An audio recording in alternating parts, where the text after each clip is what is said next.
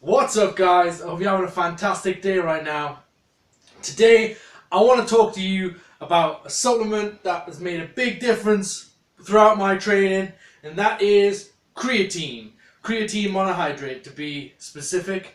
Now, this is an excellent supplement for anybody who is into weight training or who is into wanting to increase their power output through any kind of sport. Now, it works by actually increasing the energy reserves in the muscle for fast twitch muscle fibers. So that means you're going to be able to output more energy through a shorter amount of time. Now, the main reasons for using creatine are that it's going to actually give you increased hypertrophy and increased power in the gym and in whatever sports you're doing. So the differences are varying for each person, but you can expect the muscles to grow and you can expect to be able to get more reps out on the bench or on the squat or whatever exercise it is that you are doing. Now, I am going to give you 3 of the most efficient methods of getting that creatine into your body and getting it activated so it's going to work excellently for you. So the first method, the most common method that I use, is very simple, but it can be a little risky because sometimes you can breathe it in. If you have creatine on your lungs, it's not a good story. Or you can end up spilling down your face. And if you've got a beard like me and you've got creatine in your beard, man, you've got to comb it out. It's crazy.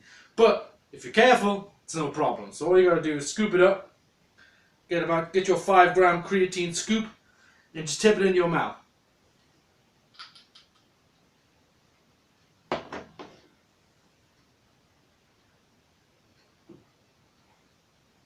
Now, at that point, you want to wash it down with some water, because if you open your mouth and breathe it in, that's going to shoot straight in the back of your throat.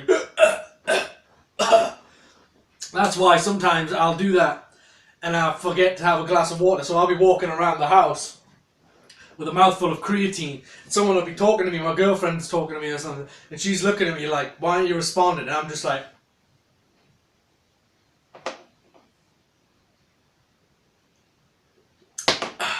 some creatine. Now, some people can't do that. Some people don't like the powders in their mouth, and I can understand that. You get the powder in your cheeks, in between your teeth, you really got to flush it out. Some people don't like that. Creatine's almost flavorless, so the flavor's not a problem. But if that's a problem for you, you can take these gelatin capsules. These are great for any kinds of supplement.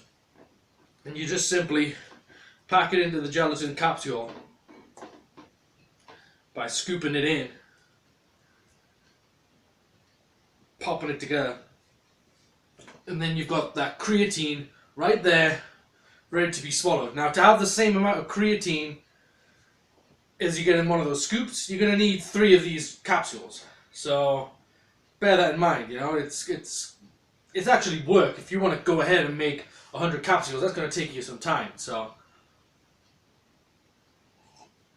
that's just as easy. Now, the third method is for those people who sometimes creatine, it can aggravate the stomach. And if you're one of those people, you need to do something else to actually help break down the creatine a little bit before you take it in. And that is, you're going to get some warm water, not hot water, because the heat will actually break down your creatine and make it useless.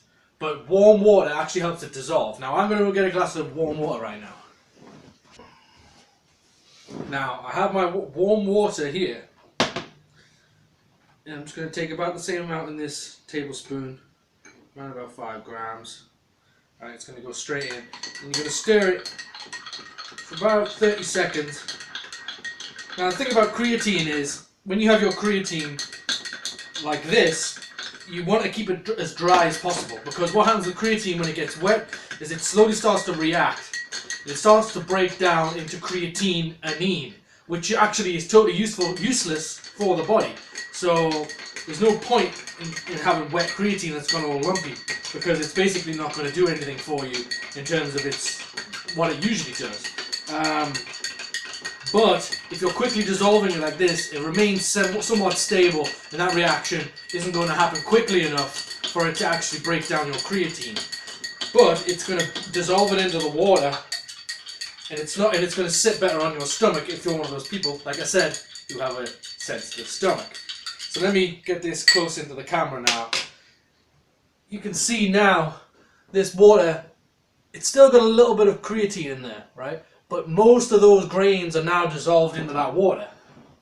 And as a result, this isn't going to aggravate your stomach as much. So for me, it's no problem. You know, creatine doesn't aggravate me, but this is a good method for you guys.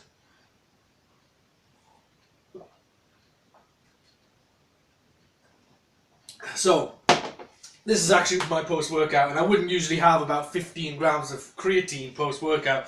I'd usually have around about 5 grams post-workout and 5 grams in the morning when I first wake up. I usually take in about 10 grams a day.